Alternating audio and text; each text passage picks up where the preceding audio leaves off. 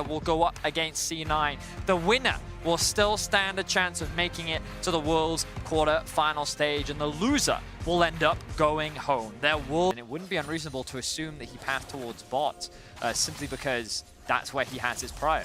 So they can make that safe assumption right now, but Jarvan is here. Odo forced to flash. Gonna go back in, looking for the stuns here underneath the tower. Tien able to get away from this one. Odo Omne still alive, and here comes Inspired. Nuguri dodges to the side, but still gets knocked up. Nuguri low, 100 HP on him. Inspired will flash. Martial Cadence for the kill. Tien now trying to trade underneath this tower, but Odo in Inspired. Oh, there's the TP coming in from Doinby. They're looking to keep this play going. Spectral Maw gets the stun. Tien possesses Odo Omne and helps Doinby get the second kill. Beautiful TP from Doinby to make that work out nicely for FPX. And Larssen didn't have mana to join the... You can see Tien's blue here as well, so Inspired using a small window here to steal away this red, but if you don't get the Drake off the back of it, it feels like you have lost a little bit of that neutral advantage. Well, let's see what he does next. They're setting up for a dive on the bot lane. No TPs available. Destiny on cooldown as well. Flash exhaust available here for LWX, though Hansama gets hooked. There's the exhaust. Hansama low underneath the tower. Bullet time just outside of turret range. Cataclysm coming out as well as LWX tries to flash away, but the Ignite is ticking. Hansama just needs a single auto. Instead, Trimby will take it with the auto himself. Hansama flashed at the end there because he thought he would get the kill and he would get tower aggro, but he ends up using that, and Trimby ends up picking up the kill. Now Tien looking to make the cross map happen in the top side. Larsen's on his way up there as well. They're trying to make this a 2v3. There's the Destiny slicing Maelstrom coming out. Odo Omne trying to survive, but you just can't survive that dive. It's a heartbreaker for Odo as he gets killed off in the top lane. Huh? Wait, he stole Cannon's ult? Yeah. That's how that works? Yeah. For FPX, as we talked about in the draft. Meanwhile, a lot of focus on the bot side of the map for Rogue. Let's see what it turns into, because Twisted Fate Ultimate is on cooldown. Larsen's is the same, but he will be rotating up first, as we can see an engagement going in, they're looking for LWX. There is the bullet time combo, and LWX unable to get to the Lantern. It's Odo Omne with the slicing Maelstrom in the top lane. Noguri's low here. Tien gonna get caught out as well. He has to flash away. Noguri has to be the target here. Cataclysm coming out as well. Doinby locks in a gold card. Larsen's still on the chase. Tien has flashed away, and Rogue continue to look for these kills. Doinby wants... It's LWX and Crisp that has 2v2 killed Hans and Trimby. They've killed Trimby. Yeah. And this time around, they're finally able to get some revenge as they get kills. Meanwhile, Larssen roams up top lane and is actually able to trade back a kill, which means that Rogue are now +2 and are slightly ahead in gold. Of course, this is all going to be gone the second that this tower ends up dropping, and FPX will be able to equalize Destiny it. coming out.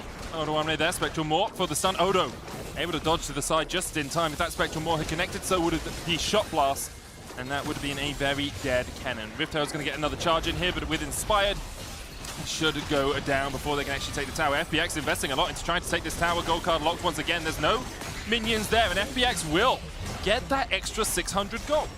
I think it was worth it for FPX. Yeah. They really make life difficult now for Odo Omne. That wave is now so much longer. And of course, while Rogue are cross-mapping, the overall gold benefit will go into the back pocket of Rogue. This should continue to equalize the gold, though. I think the biggest thing that I'm really starting to see is, and thank you so much, Observers, for highlighting the gold, 2K is the gold lead for Hansama. He is a player that every caster in a lot of ultimates and violence will soon ensue, is what I imagine. It's what we hope for as well. Watching this game, basically even right now. Inspired's going to take this Drake. A little bit delayed from the time the Rift Herald was being done on the other side of the map, but now actually Trimby and Hansama in the vicinity, in the area, to spot out if this Rift Herald had been started again.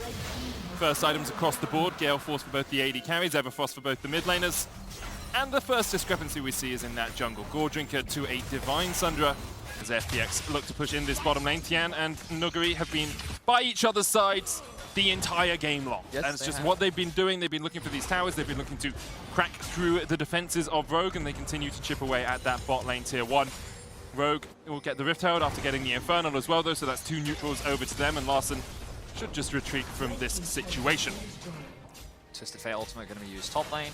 I was just going to say that Hansama, he's pushing towards this mid tower. The thing he has to be the most careful of is that Destiny from enough to swing an entire fight in the favor of FPX. So even though I think on paper Rogue's comp is stronger in the 5v5, there are these other variables to take into consideration. For now, the gold continues to remain even. Once Odo Omne takes down this tower, we should see the gold pretty much flatline. And once again, FPX is trying to play towards their strong side of the map. They're working towards the tier 2. Now they're looking for a pick on a Larson. TP coming in. There's a gold card looking for Larson as Trimby dives onto the backline with the quickness. Noguri has to flash away. Ignite ticking, slicing Maelstrom coming out the Rocky Bell, not able to get him in range. But Doinby has to pop the stopwatch, and there's the first reset. Hansama has the bullet time. Hansama has the flash. Gale Force for the execute. A double for Hans. LWX opens the curtains, but Hansama's looking to shut them down with a bullet time. Tian has to flash away. The chase is on. Inspired now joins the fray, and that is 4 kills for 1 in favor of Rogue. And just like that, Hansama, the assassin AD carry, comes out of nowhere right behind FPX and shuts them down. 3-0-4 is now the scoreline for him. Oh, hang on. LWX can probably do this. Gale Force, that's enough. But what does it cost? LWX has flash, has exhaust, puts the exhaust down. Hansama looking for the damage from the side, but remember, he has no gap closer here. However, Larson is on his way. LWX will flash and get dunked in the river. Everfrost coming out here as they try and turn it back on to Jace. Noguri has to flash away. Shock blast. Not quite enough. Out of the World Championship just yet, and he is doing everything in his power to turn it around. Huge props to obviously the other members of Rogue to set that one up for Hans to knock it right down. As part of that Rogue squad last year that went 1-5. A lot of people criticized them just as a roster for a disappointing showing here. They came into a group by many people seen as done before a game had even been played. Everyone was saying, Dom 1, FPX make it through. Rogue and C9 have had other things to say. Of course, FPX still have the opportunity. Not quite 257 CS, 22 minutes strong, but definitely very strong. You just feel like FPX is playing on the back foot because this whole composition relies on trying to attack the side lanes. Yep. And they haven't really been able to do that. You can see that Noguri, while he is still very strong, I don't think he's at Icon 1v9 this game levels of strong. And Rogue has no sums. He tries to get out with the Gale Force, but you can't dodge across the wall. You're locked in there with Inspired and locked in there with Rogue. Rogue now, a man advantage could turn to the Baron. Noguri doesn't have TP either. Remember, he used it in the mid. That's the smite, no flash on him. Trimby's going to go across. Blast cone there. Trimby in a good position with the quickness here to dive in. Rogue starts to disengage. Inspired. EQ combo available for him. They keep the Baron aggroed for the moment. Noguri now has worked his way up from the top side. There's the Everfrost onto Trimby. Pops the stopwatch. Baron down to 2,500. Trimby dodging away. Rogue looking to burn through the Baron. Tian gets in, but Rogue get it. Inspired secures it. Tian jumped in and out. Couldn't quite take the Baron away, and now he might look for a little bit of this fight. Could try and stop it back. Doesn't manage to do it. Wow, that was risky though. Flipping that Baron versus Tian was a very dangerous thing to do for Rogue, but taking some inspiration. Tiebreaker. The winner of this game will go up against Cloud9. But now with the Baron buff, Rogue is looking to break into the base. Shouldn't be a problem this Shreddy is there in the middle lane, perhaps wondering if he could catch out Doinby. Inspired in a good position to the side once again. Cataclysm just off cooldown. Mid lane tier 2 is forfeit as Rogue push into it. Nuguri and Doinby trying to defend, but they can't do it. Meanwhile, Odoamne has a wave stacked down towards the bottom lane if Rogue want to rotate across there. They'll likely keep 1 or 2 people in the mid lane, or actually, oh, interesting. Okay, so they'll just let Odoamne solo push it down towards the bot side of the map. Typically, you would just want to keep, as exactly you're seeing on your screen right now, Hansama and Trimby around mid to instantly clear out this wave so that when the next wave comes in, they can Baron power it up and FPX. A lot of the time it's been LWX getting caught out in these last couple of plays. And because the Cataclysm, alongside the Flag and Drag combo from Inspired, gives you such a long range engage, very difficult for LWX to survive. But I mean, just look at the levels, right? Like, if FPX were to team fight right now, Doinby is 2 levels down. Yep. Yes, he does have 3 items, but those levels matter. And Larson is so much stronger and will offer so much more in the 5v5. Now, Jace is trying to split push in the bot lane, but he's going to be forced to recall as Rogue now knock on the doors of FPX's base. 3 of the inventories. Sorry, I was looking at the inventories and I see Zhonya's stopwatch, Zhonya's stopwatch on the side of Rogue. And you want to know why FPX are losing this game? Yeah, because not enough stopwatches. One Zhonya's, no stopwatches. As Trimby looks for the quickness engage here in the middle lane. Bullet time coming out. Noguri is able to survive. TP's coming out from Rogue as well at the moment. It's a 3v5. Hansama low. Tian trying to kill him off. Trimby kills off LWX. Cataclysm coming out. But Doinby onto Hansama on the backline has to be what you have to watch. But instead, Odoamne doesn't care about Doinby. He just slices through FPX. And now Rogue, 4 members could look to push down these inhibitors. A huge flank from Odoamne comes in and he is able to melt through the lineup of FPX. He's finally able to dish back some of the punishment that he experienced in the early game. And FPX falls short once more. 3 members dead. Rogue will finally be able to break into the base. Doinb and Chris trying to defend here as Rogue push forward. Minions in the mid lane will help Larssen with that backdoor. As without the backdoor bonus, obviously Tian now up in 4 seconds. No inhibitors fall here for FPX. The Dragon wasn't taken either, so Rogue don't have that soul on the way. However, Baron up in 2. Going to be using his ultimate to get out of danger to prevent Hansama from securing himself another kill. So very well played team fight from Rogue. And again, you're seeing how difficult it is for FPX to just play the straight up front to back team fight, especially when that Kennen is able to get onto the back line. Yeah, my eyes were all focused on Hansama. I'm like, he's the key carry for Rogue, and Odoamne has other plans. Slicing Maelstrom still does a lot of work, even if you are not as far ahead as this AD carry. Almost a flame horizon for Hansama over LWX. A couple more CS would get to that point. When it was Don1 and JDG, and they took games off of each other. But they have not performed to the level that they expected, and now they're making a play to try and get back in. Larssen uses the stopwatch, flashes away from the Everfrost, can be stunned up with the gold card. Inspired's on the way. Odoamne has a flank position here as well, and the counter Destiny has been used.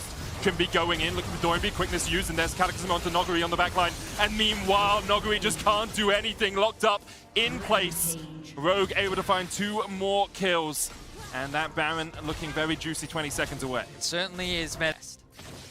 It's truly a shocker for FPX, as you say. However, Tian does still have Flash, does still have Smite, does still have the Heartbreak to get into the pit. Everfrost to try and keep him away here. Larssen trying to keep that jungler at bay. Odoamne locked up, Slicing Maelstrom coming out. Crisp almost down. Odoamne posts the stopwatch. Larssen trading onto Tian as well. The Heartbreak is coming out, but the resets just aren't quite there. Tian will fall. Larssen and Rogue will get the Baron. 2 kills down, TP coming in. As Noguri and Doinb going to join this fight. They might actually look to take down this mid lane tier 2 before Rogue can react. Remember that they do have a numbers advantage here with a wave right behind them. They could keep pushing this if they wanted to, but instead they're not going to take the gamble with Inspired. Larssen and Hansama all still up and alive. It looks like that they're just going to back off.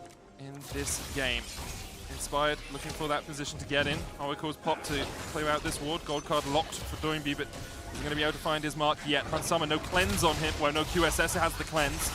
As the bot lane inhibitor tower, Rogue's target with this Baron buff. Bullet time coming out. Noguri forced back to base. Hook lands onto Trimby. Only Hansama heals up from the minion wave. Larssen and Odoamne chunk to half. However, with the Baroned up minions pushing in, Rogue will look to take their first inhibitor of the game. Tian is going to step forward and Rogue will take it and back away. Wave's not in the best of spots in mid and top for them to go and get another one. Instead, it looks like they're going to reset. That's a lot of wards in the pit. Rogue going to look to pull this one out. Bot wave is continuing to push in. Destiny is on cooldown. Spire tries to get into this bush without being seen, but he is spotted. Tian only level 14 here, but of course Smites equalize at 900 damage. Curtains open, Hansama takes 1, takes 2. There's the quickness onto the backline, he's looking for the charm, and then look just to burst down Doinb! And the bullet time means die, Phoenix, die! Doinb will fall. Larssen dives onto the backline as well, and there is the damage onto LWX. Odo with the shutdown. Chris trying to get into the middle of Rogue, but he just can't do enough. It's a clean ace for Rogue as they make their way to the tiebreakers. 5 still alive for Rogue, 5 dead on the former world champions of FPX. Their world championship run will end right now as Rogue continue to advance in the tiebreakers to face Cloud9 for a spot in the quarterfinals. Once more into the breach, my friends, once more. Rogue have one more opportunity, one shot to make it to quarters. FPX are knocked out of Worlds 20.